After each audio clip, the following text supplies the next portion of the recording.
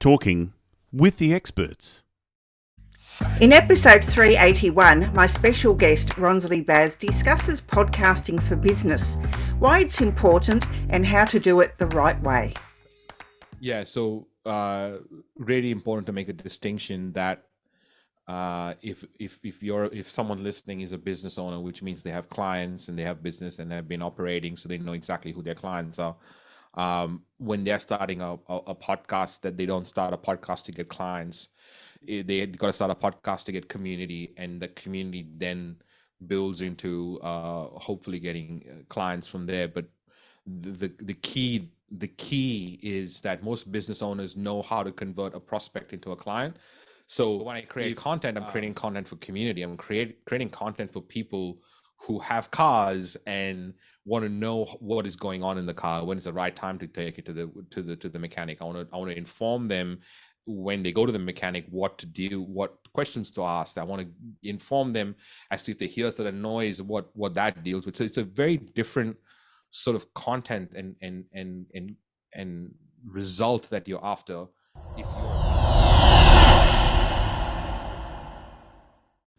Talking with the experts.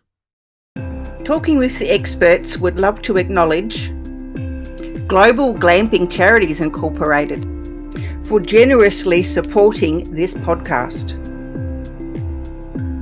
Global Glamping Charities, solving homelessness in all of its forms. Reach out to them at globalglamping.org. Welcome to Talking with the Experts. This is where we discuss great ideas to take your business to the next level. How do we know these ideas work? Well, it's because we're talking with business owners who are using these ideas. Business owners who have years of experience and expertise. All things business by business owners for business owners. And now, here is your host, Rose Davidson. Hello and welcome to Talking with the Experts. I'm your host, Rose Davidson from rosedavidson.com. Talking with the Experts is about all things business by business owners for business owners. You can find it on all good podcasting streaming platforms and on YouTube. Now, let me ask you about your communication style and, are you wanting to get more attention for your business, more eyes on your videos? All this applies to business owners now that we're in such a digital age. My next guest, which I am so pleased to have on, is Ronsley Vaz. And Ronsley is an entrepreneur, speaker, author, and he's a podcaster. He helps entrepreneurs and change makers use their voice for change, refine their arguments for scale, and grow their businesses for impact. He is the author of Amplify. He is a TED speaker, the creator of podcast brands for actors, athletes, and entrepreneurs, politicians, and influencers. He has interviewed more than 1,400 people. I'm about a quarter of the way there. And he is listened to over 5 million times in 133 countries. Ronsley, it is such a pleasure to have you on Talking with the Experts. Hello and welcome. Thank you, Rose. Thank you for having me. I am always surprised when I hear my introduction, even though I've heard it so many times. Thank you for having me. You have such an impressive resume. I mean, you were a finalist Young Entrepreneur of the Year for 3 years in a row. That's an amazing feat.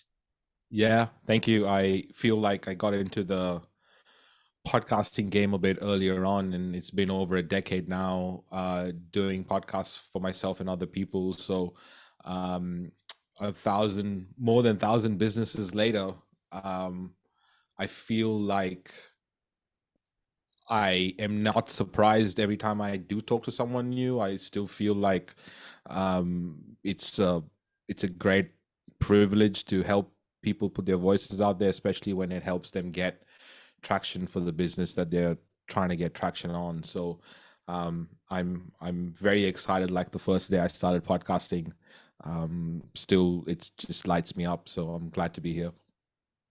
It has been around for, as you say, about a decade or a little bit more perhaps, but it wasn't so popular until maybe just before COVID, the lockdowns and so forth. And now everyone and his dog's wanting to get either on a podcast or start their own podcast. So, how can businesses build, build this entrepreneurial high and get more attention and engagement and sales through podcasting? Well, podcasting has been around for I know people have been podcasting for 18, 19 years. So I feel like I'm still new to the game. I still feel like I'm learning every time I do an interview. I just did one this morning and still have the tech issues. I don't think they go away. Still had issues trying to connect, and the guest had issues trying to get on the platform, and so I think some of the issues are still the same in terms of what we're trying to achieve. But I think podcasting probably got some traction when Spotify paid Joe Rogan for a lot of money for his podcast. So everyone started paying attention that, okay, wait, podcasting has some value, and as a result, I think the lockdown and people having spare time and either to create or to consume definitely did a lot for podcasting. We know the numbers spiked massively during COVID, and it sort of tapered off after COVID a little bit. But I think that we're not even hit the tip of the iceberg, to be honest, in podcasting. If you want to compare it to video or blogging or any other form of content, we have no idea how and where podcasting is going to go. Just for context, if you think about how mature the medium of images are right now, images are so mature, it's not native to us. We haven't been clicking pictures for ages, but it's so native to us right now because the maturity of social media with images that we stop a main event so we can click a selfie so we can capture that, right? So it's become so ingrained in our habits. But if you take storytelling, for example, or talking and having conversations, we've been doing that natively since the beginning of time. Parents sing to their kids before they're born, so on and so forth. So I feel like if I look at how images have gone down, the fact that voice is so innate to us and how we communicate, I think we've not even hit the tip of the iceberg. In fact, just last week, one of the big stats that came out is for the first time, people that consume audio, the spoken word has crossed 51% of consumption for those people. So usually that used to be a lot of music, a lot of radio, but now the spoken word has overtaken that, which tells you a lot about consumption and where that's going. So yeah, huge changes. Yeah, I was recently reading an article, and there's about 2.5 million podcasts with 48 million episodes, but there are 600 blog posts out there, and 400 YouTube videos, or 400 million YouTube videos, and 600 million blog posts. So podcasting really is still a minority, really, in the statistics of how we consume information. And it's such a brilliant time now to get into podcasting. And to me, it's a no-brainer for a business owner to push their knowledge out there. I think that's how I started this podcast, was just after lockdown started, and I wanted to help business owners get their voice heard. And I thought, well, what a great way then to have a podcast, because I thought then that everyone listened to a podcast, but I was really surprised by the stats.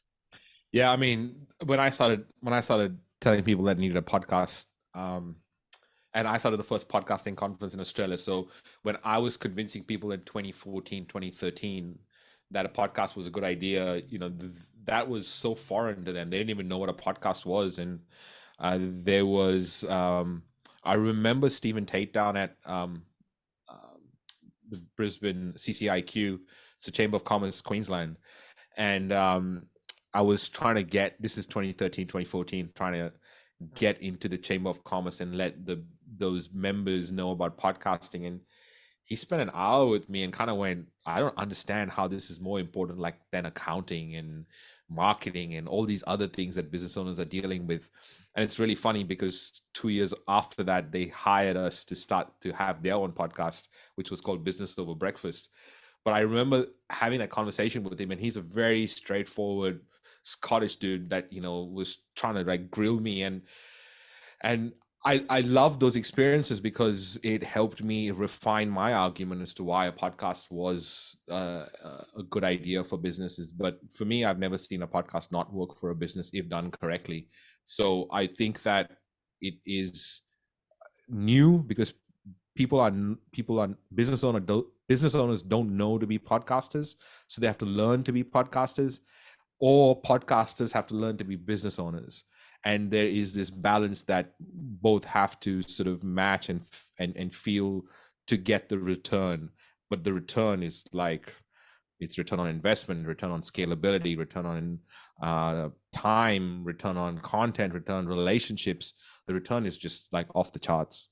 Yeah, it can be if it's marketed correctly, and you get all the things. I mean, I'm in the latter where I'm a podcaster trying to run a business, and and I'm finding that a bit of a challenge. However, the reach that I've gained with this podcast is absolutely amazing, and I've just scored my first sponsorship, and it's worth quite a substantial amount to me. So I'm, after 2.5 years, and so grateful that, I've persevered with it, because honestly, you just never know the people you meet. I've met, like, I think you're my 390th interview or something like that.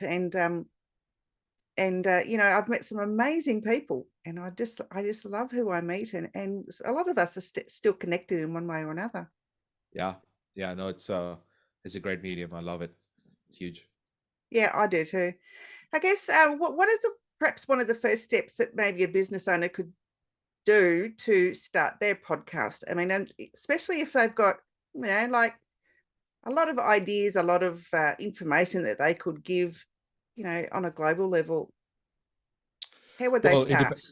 Yeah, so really important to make a distinction that if someone listening is a business owner, which means they have clients and they have business and have been operating, so they know exactly who their clients are. When they're starting a podcast, that they don't start a podcast to get clients.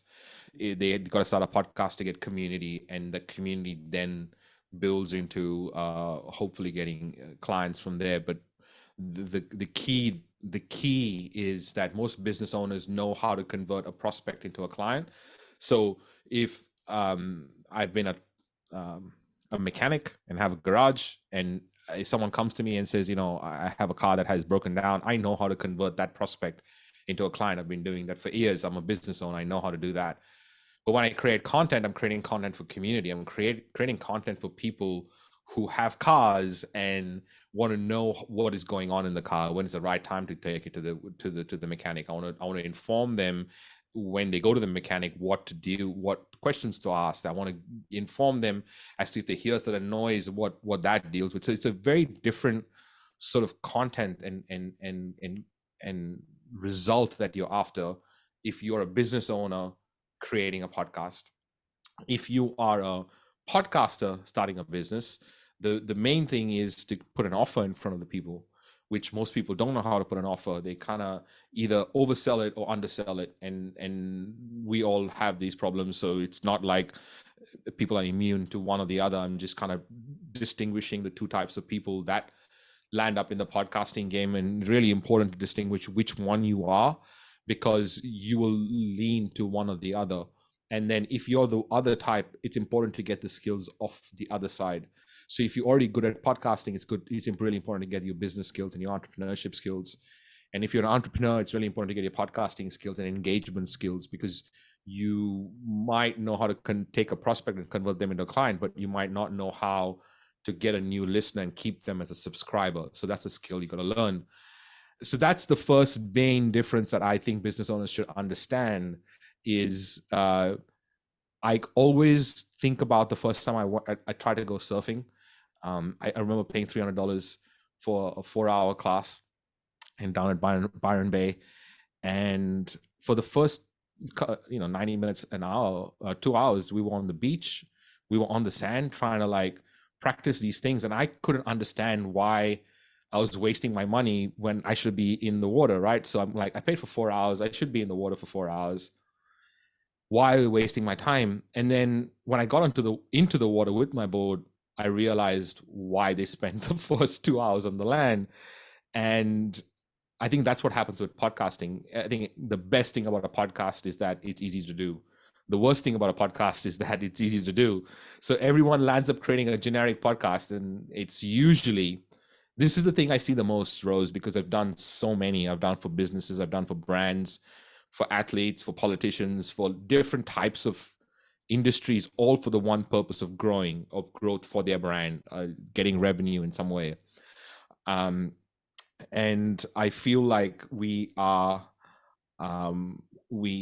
think that we're supposed to get it quickly.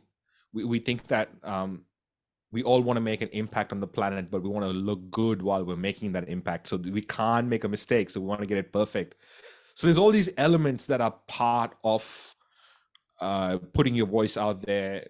Also, to layer on top of that our institutions that have trained us and educated us have told us that raising our voice and creating a ruckus is not a good idea. Like, what if someone tells you that it's dumb? What if someone tells you that you're stupid?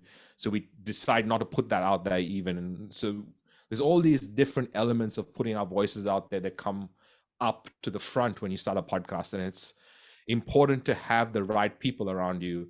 So after doing so many podcasts for businesses, the thing that I see the most is when business owners start their own podcast for themselves, by themselves, they only create an amalgamation of what they've already listened to. So their imagination is not like they don't have that much experience. They only listen to a bunch of podcasts, so their experience is limited. As a result, their imagination of what they can create is limited.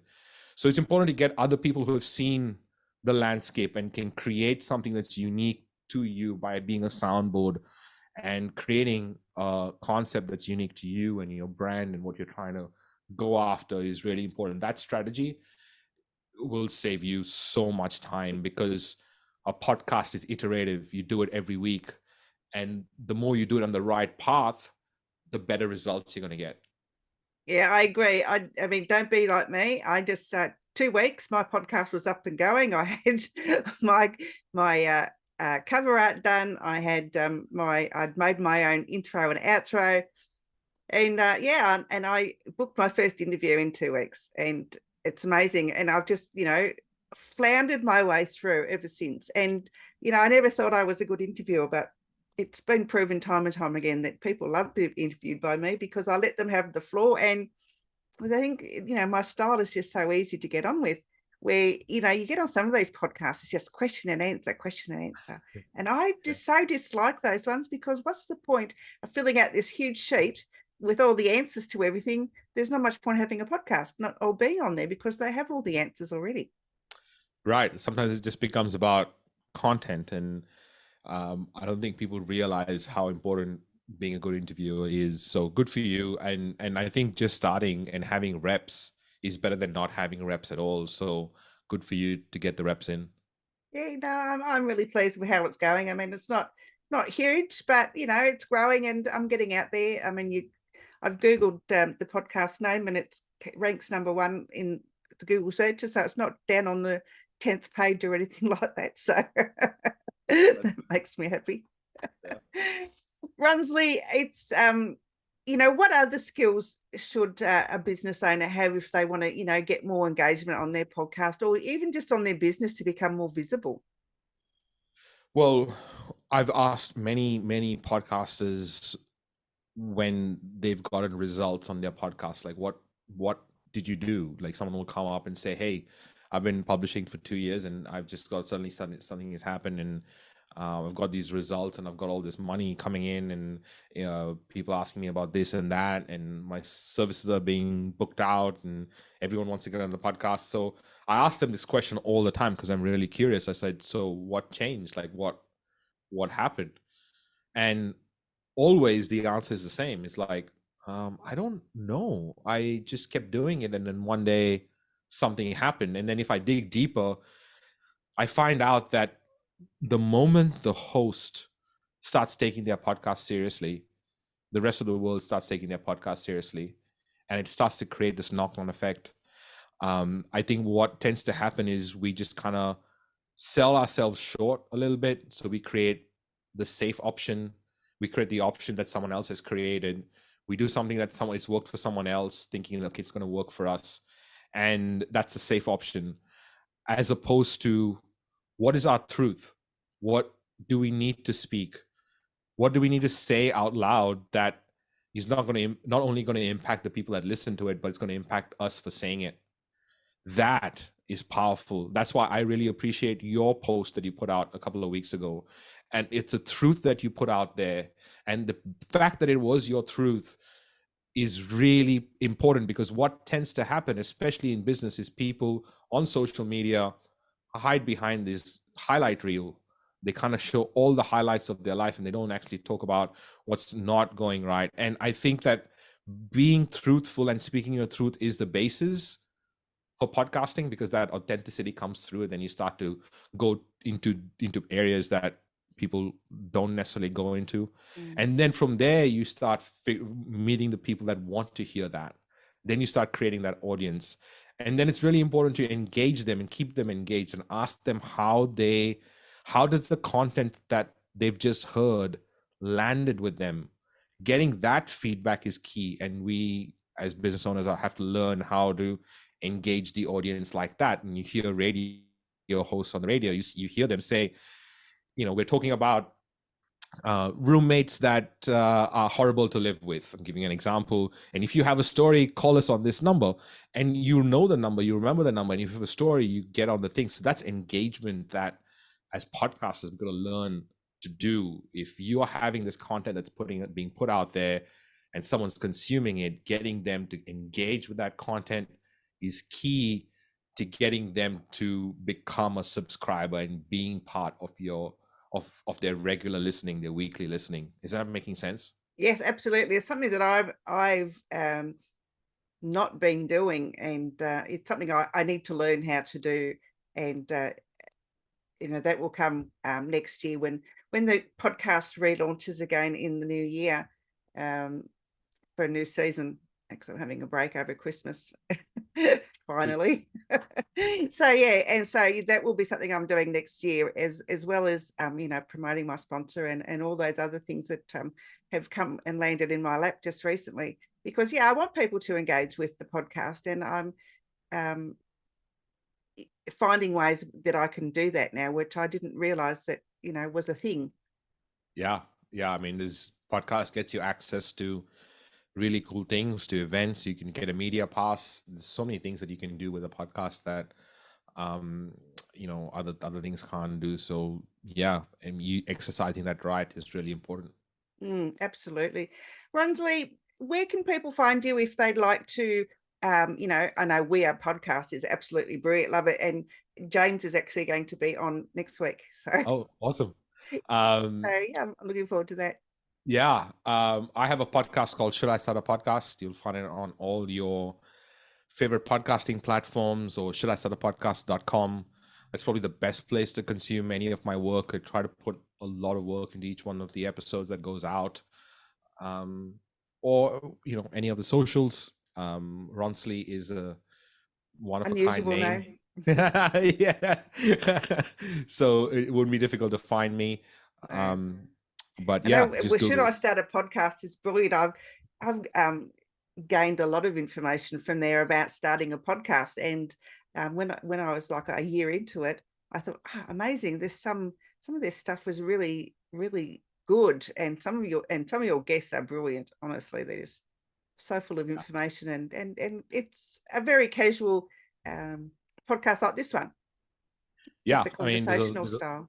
There's the conversation happens live these days. So I do the interview live, where it goes out on all the socials, and then the team takes that and edits it down, and from an hour interview it becomes a half an hour or 20-minute conversation of all the highlights of that conversation. So it becomes easy to consume, and then we make it a nice episode where it's all about the one thing that episode gives someone. So it's taken us a while to get to this format of the show, but it's really interesting to see the evolution of how that show started, because it did start just like this, with a conversation, the whole conversation would go out, and then we'd start to do little things as intros and little things as outros, and then it kept evolving over time. And I think every podcaster will go through that phase of, I've done this and I want to go to the next step now, so I'm going to change my podcast, I'm going to rebrand, and that always happens. Yeah, I think I was probably following the journey along from its inception. So it's been quite an evolution, I must say. It has grown hugely. It's just huge now, and yeah, I really like it. And you know, I'm a great fan, as you know, I'm a great fan of yours, Ronsley. So Thank you. I guess I know we can find you on LinkedIn and Instagram, Clubhouse. I have tried to get into Clubhouse and I just can't make it work on my phone for some reason. And I find it, maybe it's an Apple thing, is it? But it is for Android too, isn't it? It is for Android too, but I haven't been on Clubhouse for a while now. I think the Leo of Clubhouse has changed quite a lot since when it started. I remember when it first started, there were like rooms that were packed, like you know, there were people that there was no time to take everyone's questions, and then it slowly started to die out, and then we'd open a room and you know there'd be one or two people in it, and it started to like not have the same effect as it had when it started off. So I think Clubhouse is sort of slowly died out. I was hoping that it would would take us to new things, and like audio rooms in Facebook was starting to open up, and I was excited about that. But it is very evident that short form video is what is getting most traction on social. So now, instead of recording live on audio, which I used to do on Clubhouse, I used to record the audio live, and then that's to become the podcast.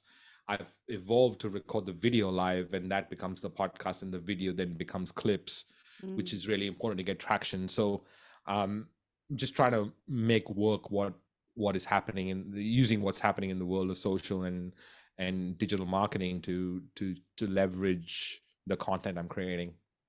Yeah, I think I know Facebook especially has gone through so many changes just this year. Honestly, it's hard to keep up with everything that's going on, and you know, with the change between profiles and pages, and it's all confusing. I'm really not liking it much at all. Yeah, it changes quite quickly, for sure. It does. Ronsley, it's been an absolute pleasure. Have you got any words of wisdom you'd like to share with our audience before you finish up today? Yeah, I have this post-it note that I have in front of me all the time, and I'm going to read it out. I use my voice because a lot of my ancestors didn't get a chance to use theirs. And I think we've got to start putting in perspective where we're at and what we're taking for granted. I feel we take for granted the fact that we can put out a podcast and we can switch on a mic and say whatever we feel like saying. So as a result, we take it for granted. But if you look around you and see who needs to see you as an example of speaking out, speaking the truth, I think it's more than just a business activity. It's more than just that. It's more about you drawing a line in the sand and you saying, this is what I stand for. And you getting a chance to let people ask you questions around that and let you refine your argument as to why you think that's a good idea. And I think that will be powerful not only for you to grow as a person, but if you have children, you have other people around you that look at you, for example, they will pick that up, which, you know, you can't even quantify what kind of impact that could have. So that's what I want everyone to think about is if you are able to think about the impact you can make by speaking your truth, I need you to take that step and actually say it out loud and speak it out loud and have conversations around it. Whether you publish it or not, have the conversations, because I think that is going to be key. Absolutely. I totally agree with that. I think we all need to stand up a bit more for what we believe in. Yeah. I think the world would be a lot better place. Yeah, 100%. Ronsley, it's been an absolute pleasure. Thank you so much for being my guest today. I've learned a lot in the past, and today I learned a little bit more about you. So yeah, it's been a great day. Thank you for having me. You've been listening to Talking with the Experts, hosted by Rose Davidson. Make sure you have a look at our back catalogue over at talkingwiththeexperts.com. And be sure to subscribe to our podcast so you don't miss out on any episode. We look forward to your company next time.